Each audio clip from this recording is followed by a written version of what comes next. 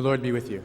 And with your spirit. A reading from the Holy Gospel according to Luke. To set the earth on fire, and how I wish it were already blazing. There is a baptism with which I must be baptized, and how great is my anguish until it is accomplished. Do you think that I have come to establish peace on the earth? No, I tell you, but rather division. From now on, a household of 5 will be divided, 3 against 2, and 2 against 3. A father will be divided against his son, and a son against his father. A mother against her daughter, and a daughter against her mother. A mother-in-law against her daughter-in-law, and a daughter-in-law against her mother-in-law. The Gospel of the Lord. Praise to you, Lord Jesus Christ.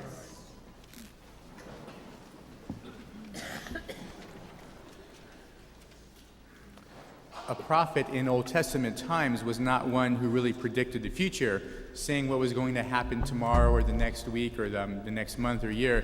Because actually the prophets of the Old Testament really only had one prediction, which was if you as an individual or you as a society as a whole, if you don't turn away from sin and evil, if you don't put your trust in God, if instead you trust in your power or your wealth or foreign powers or other gods or religions, then bad things will happen to you as an individual or as society.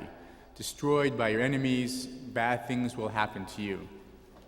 So needless to say, that wasn't the most popular message because the people don't want to hear that they have to change their ways or that their ways are not the ways of the Lord.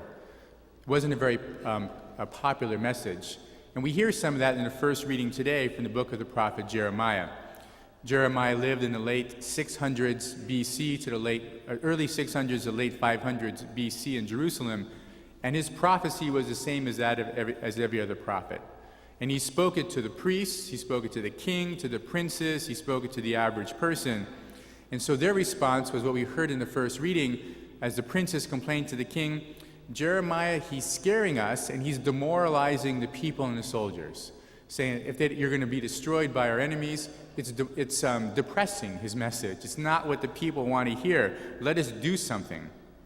And yet Jeremiah's response to that was always the same. What you're doing is wrong. Your trust is in yourself. It's not in God. You're trusting in your power and your wealth and alliances with foreign nations. They're not going to keep foreign nations away. Your values are wrong. You've forgotten justice and the poor. You think with the ways of the pagan society as a whole, and you're not thinking how God thinks or how God wants you to live or how he desires your happiness. And it's going to lead to your own destruction. It's going to lead to your own unhappiness, the ruin of yourself, of who you are, and the destruction of the nation as a whole. Again, a very, very unpopular message, and so Jeremiah was thrown in the cistern to die. 2,600 years later, we don't really have these kinds of prophets in our midst, but the message is often the same. We live in arguably the wealthiest and the greatest and most powerful nation on earth, certainly as a combination of all those factors. And sometimes our ways are not the ways of the Lord. Our values are not the values of the Lord. And even though there are many, many good Christian values that our country espouses and proclaims to us as its citizens or projects to the world as a whole, there are many good Christian values. However, even though we live in a nominally Catholic Christian nation, some of the values of our society as a whole, and it's more implicit than explicit, right? We don't have a list of all of our values and our morals and principles as a society. Nobody really does. Yet some of our values are not those of the gospel. They don't mesh with what Jesus taught us. They don't mesh at all with how Jesus lived his life. Sometimes it's the opposite. They don't mesh at times with what Christ taught us or what he told us is to be true. Maybe just looking at some of those, the values of our society and how we as Christians can adhere ourselves more to Jesus and be a little bit countercultural in some ways. I think one of the values of our society is that of materialism, of having things and lots of things. Probably have more things these days than we ever had in the past. There are many, many things that we want, and the acquisition of things occupies much of our thoughts, takes up a lot of our savings and our money and our monthly payments. We fill our homes and other places with things, and in the end, they don't really hold our attention for all that long. It's a lot of things that we're interested in acquiring. And maybe one of the countercultural ways that we can live as Christians is simply to choose to live without. So even if I can afford things, even if I could buy those things, I choose to live without. And again, it's always, you need to hear all this and decide for yourselves how you live it or to what extent to be countercultural. But the value of living without. There are many, many things that I could have and would love to have, but I'm going to choose willingly to live without them, just like Jesus chose to live without many things. I think the second value of our society, in some sense, is that of entitlement. And again, to take all this with a grain of salt, it's some people who take advantage of the system, who always look to receive and think that they're owed everything, and really, in some sense, give nothing back in return, but just take and take and take and never give at all. I mean, that kind of sense of entitlement. And even when it is a possibility of having things for yourself, even under the law, sometimes it's always a taking advantage of what's free. It could be taking advantage of the system, things like workers' comp or unemployment or insurance or filing lawsuits or taking things from work or from stores or not paying your fair share of taxes, whatever it might be. The sense of I deserve more and I deserve better. And maybe there's some truth to that many times. Maybe you do deserve more and do deserve better.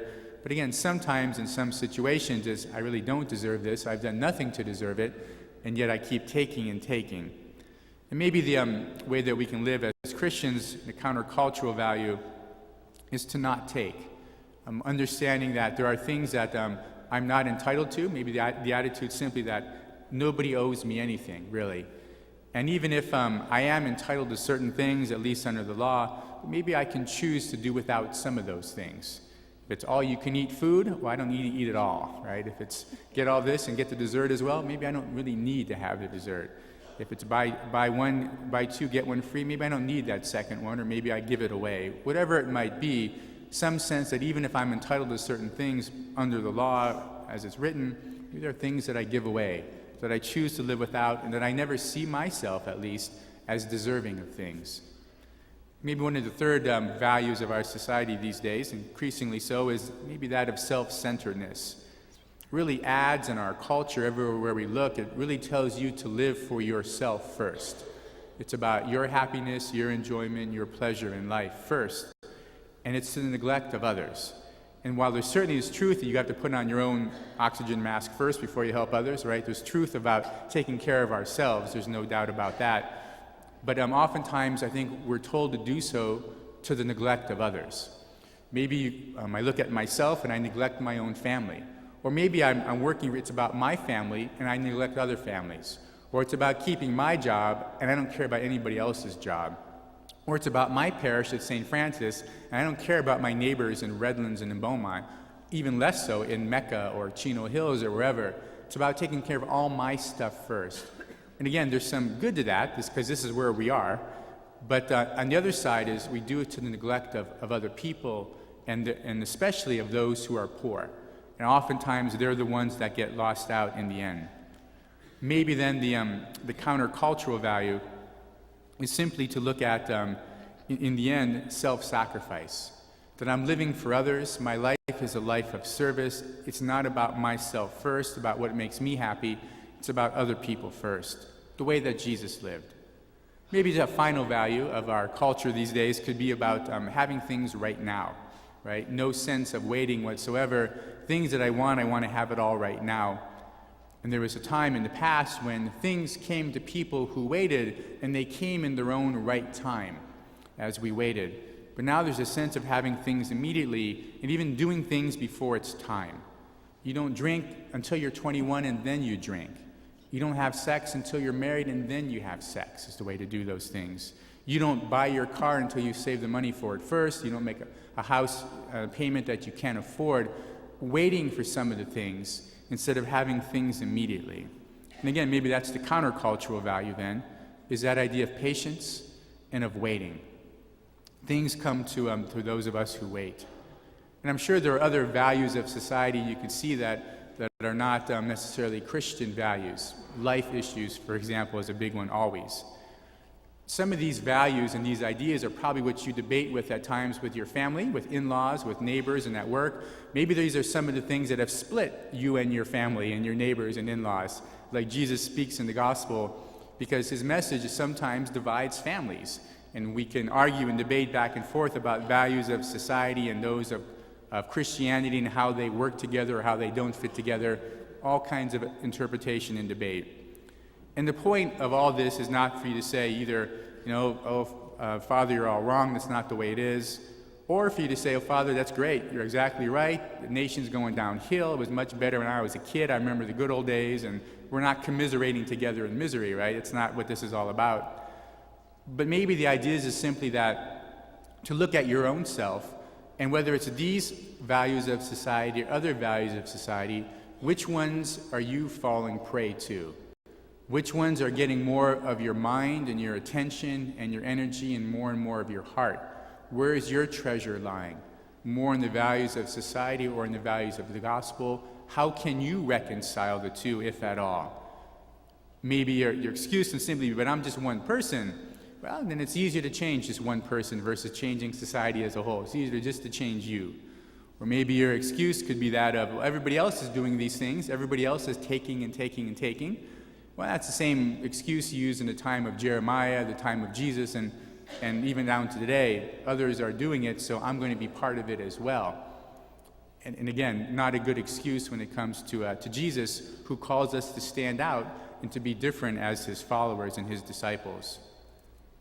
In the end, in some way, the values of society are stronger than those of the gospel. And by stronger, I mean that we hear them much more frequently. We see them much more frequently. You open the newspaper, turn on the news, the internet. We don't hear so many good stories about Christian values, right? We tend to hear other stories. The commercials aren't telling us to be good Christians per se. They're telling us to do other things. And so in that way, because the values of society are louder, they've got a great influence on our minds and on our hearts. And it's harder for us to be attuned to and to keep in mind the values of the gospel. But in the end, it's the values of the gospel that last, Christian values that remain, and the Christian values that bring you joy and fulfillment in this life and eternal happiness in the next.